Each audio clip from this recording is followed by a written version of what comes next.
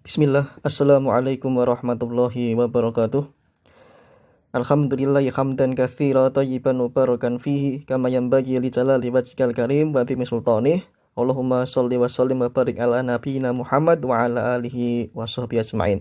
Baik adik-adik santri kelas 8 MGW Putra yang Ustadz muliakan dan yang Ustadz banggakan, alhamdulillah di kesempatan kali ini kita bisa bertemu kembali melanjutkan KBM daring online kita di mata pelajaran Nahwu. Pertemuan yang lalu kita sudah membahas tentang alamatul ismi, tanda-tanda isim atau kata benda. Kita sudah sampai di dua bagian yang kita bahas, yaitu yang pertama didahului oleh alif lam, kemudian yang kedua kita juga sudah membahas terkait tanwin di huruf akhir ya. Di sini sebagaimana di kitab, yaitu fathah tanwin, kasroh tanwin, dan yang ketiga dhammah tanwin. Insya Allah kita selesaikan ya bagian alamatul ismi. Nanti kita bahas nomor 3, yaitu tandanya harokat kasroh di huruf akhir. Kemudian tanda yang keempat adanya huruf al-jar didahului oleh huruf jar, dan yang kelima terakhir al-mudhaf dan al-mudhaf ilaih, adanya apa? Penisbahan. Taib. Nanti silahkan kalian adik-adik kelas 8 dibuka kitabnya ya, karena Ustadz menggunakan kitab PDF sebagaimana yang kalian lihat. Baik. Kita langsung ke materi. Kalau kemarin kita sudah membahas bagian pertama ya, didahului oleh alif lam, sudah selesai kita bahas. Nanti kalau kalian masih belum paham, silahkan dilihat kembali materi yang Ustadz sampaikan dalam video ya. Tolong usahakan ditonton sampai selesai ya, disimak sampai selesai. Karena Ustadz lihat baru beberapa santri saja yang melihatnya. Kemudian yang bagian kedua adanya tanwin di huruf akhir ya. Contohnya sudah kita bahas juga. Begitu pula dengan kaidah-kaidahnya. Yang ketiga di halaman 12 ya. Berharokat kasroh di huruf akhir ya. Ini. Berharokat kasroh di huruf akhir. Keterangannya, kata-kata yang huruf akhirnya kasroh adalah isim. Ingat ya, ini kaidah. Kata-kata yang huruf akhirnya itu berbentuk kasroh atau dibaca kasroh, entah itu kasroh atau kasroh tanwin, maka sudah dipastikan dia adalah berupa isim. Ustadz ulang kembali, kata-kata yang huruf akhirnya itu dibaca kasroh, baik itu kasroh saja atau kasroh tanwin, maka bisa dipastikan itu berupa apa? Isim. Karena apa? Fi'il mustahil. Tidak mungkin fi'il ada tanwinnya, tidak mungkin ya. Oleh karena itu, kata-kata yang huruf akhirnya adalah kasroh, baik itu kasroh tanwin atau kasroh saja, maka dia berupa isim. Isim yaitu apa? Kata benda atau nama. Contohnya, Masjidi Qubain. Maknanya adalah di sini Masjid Quba. Yang kedua Al-Kursiyyi. Al-Kursiyyi. Maknanya adalah kursi. Yang ketiga Muhammadin. Nama orang, nama Nabi kita Muhammad sallallahu alaihi wasallam. Perhatikan, karena materi kita ini yang nomor 3, tanda-tanda isim masih berhubungan erat dengan tanda nomor 1, tanda nomor 2. Perhatikan, di sini ada al-kursiyyi ya. Karena ada al, dia tidak boleh dibaca al-kursiyyin, tidak boleh. Haram ya. Sampai hari kiamat tidak boleh dibaca al-kursiyyin, tidak boleh.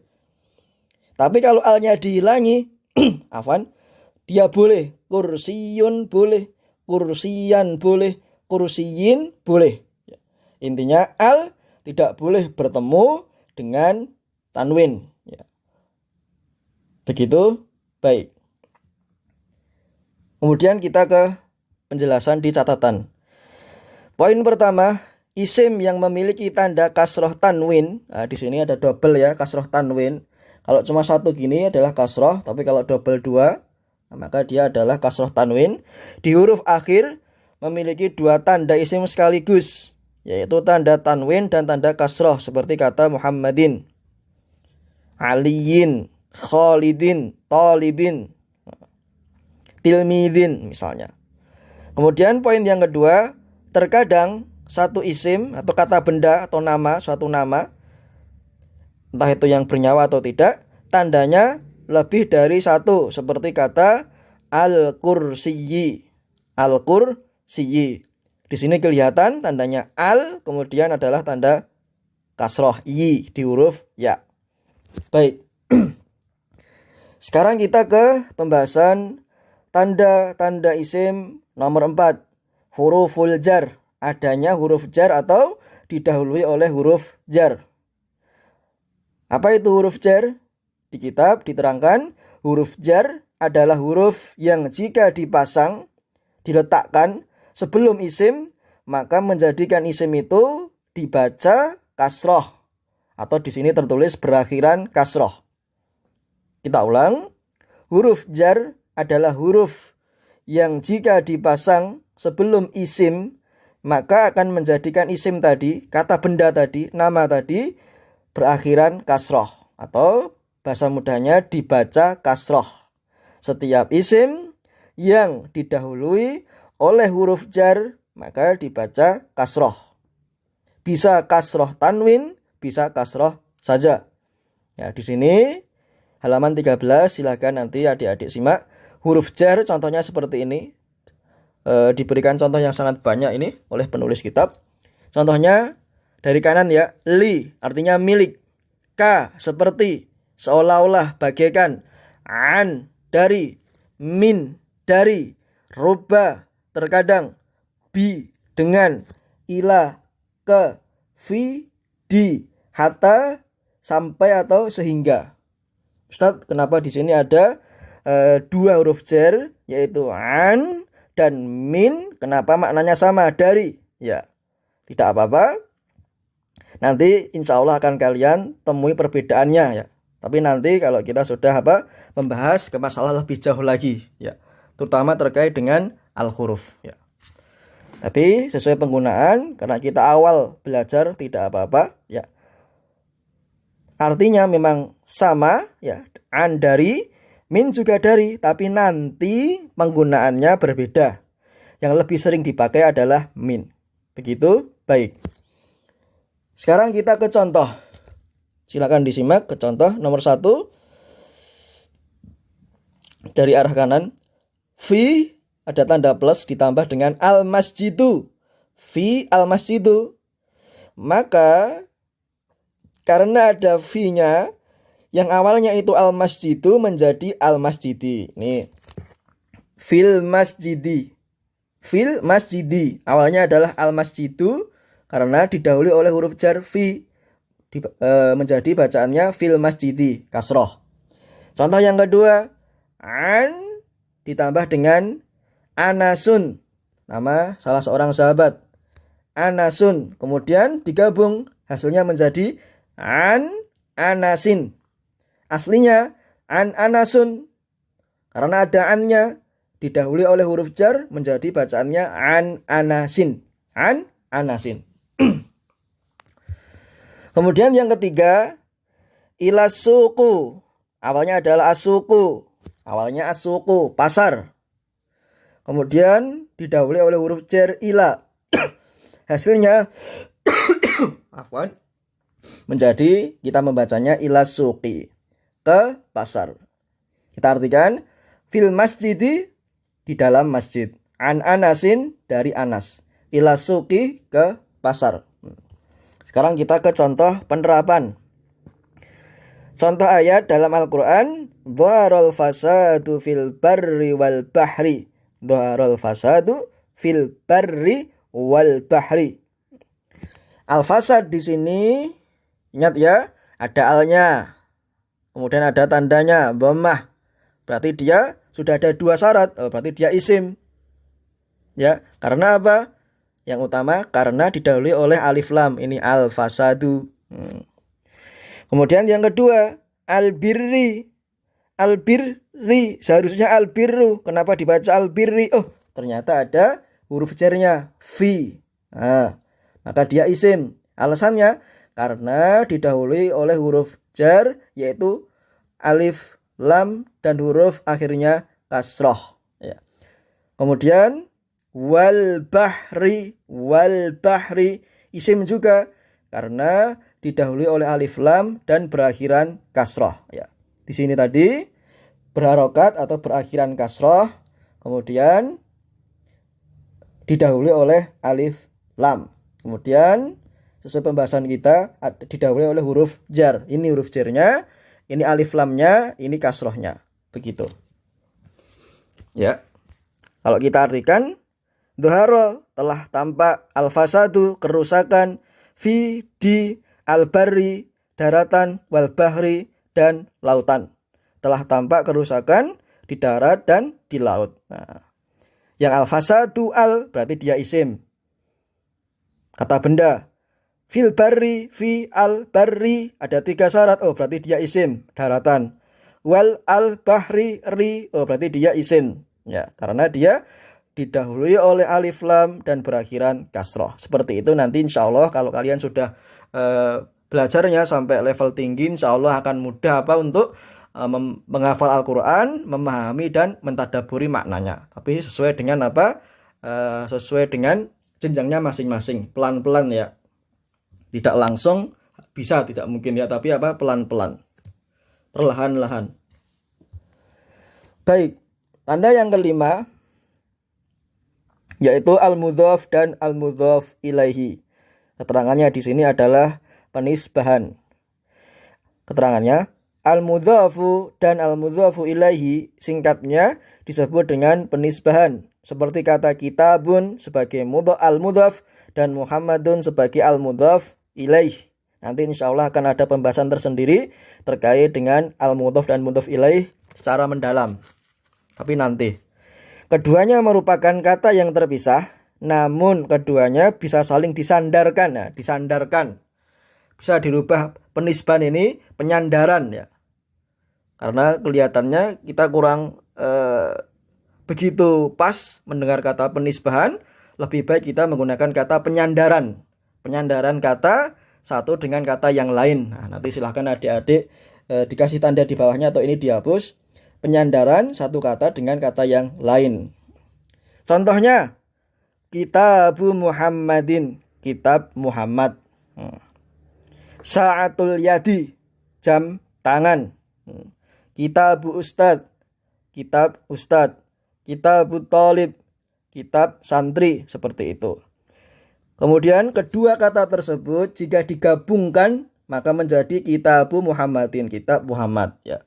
Yang di sini kitab namanya adalah al-mudhaf, yang depan di sini mudhaf. Yang Muhammad namanya al-mudhaf ilaih. Berarti apa tadi pengertiannya?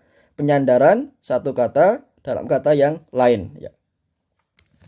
Nanti boleh adik-adik kasih tanda atau kasih keterangan ya, biar mudah untuk dipahami. Kemudian ada kaidahnya, ini penting, ada kaidahnya tanda isim ini. Contohnya di atas kitabun plus Muhammadun. Cara membacanya menjadi kitabu Muhammadin. Kitabun Muhammadun, maka menjadi kitabu Muhammadin. Kitabun ustadzun, kitabu ustadzin. Kitabun talibun, kitabu talibin. Yang awalnya tadi kitabun menjadi kitabu. Kemudian setelah ditambah dengan Muhammadun menjadi Muhammadin. Maka hasilnya Kitabu Muhammadin. Kemudian Kitabun Talibun menjadi Kitabu Talibin, kitab santri. Keterangannya di sini, dhammah tanwin pada kata pertama berubah menjadi dhammah. Ingat ya, dhammah tanwin ini pada kata pertama yaitu kata pertama itu al-mudhaf berubah menjadi dhammah saja, tidak tidak tapi u.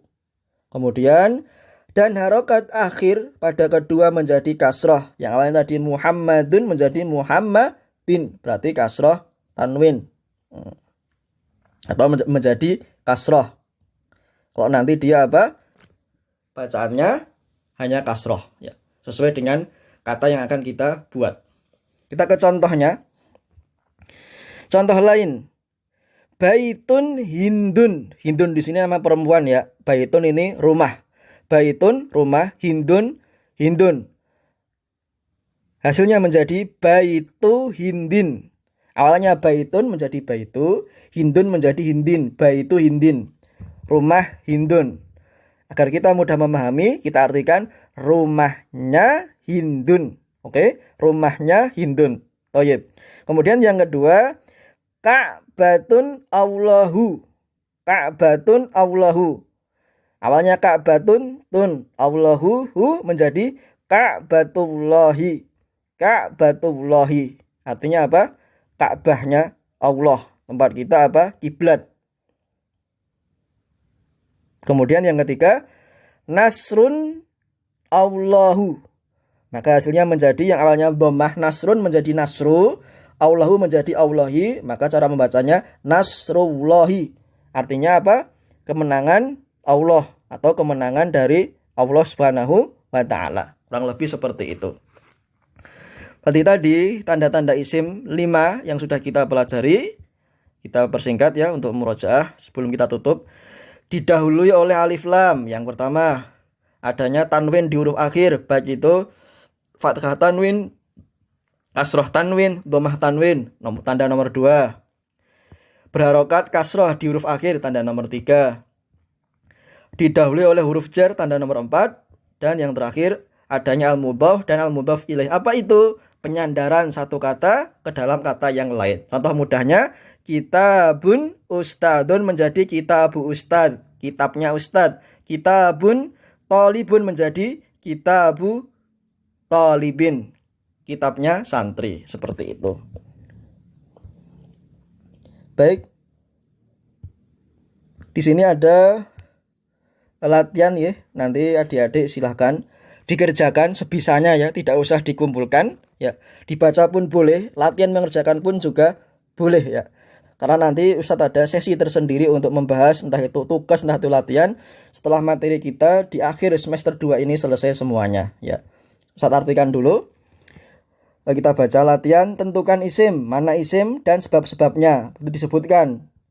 Misalnya ini idza jaa nasrullahi wal fathu. Nasrullahi berarti misal ya, nasrullahi berarti dia isim. Nasrullah isim karena apa? Nah, di sini mudhaf ilaih. Al fathu adanya al, adanya adanya al, berarti dia isim. Alasannya apa? Adanya al. Nah, itu.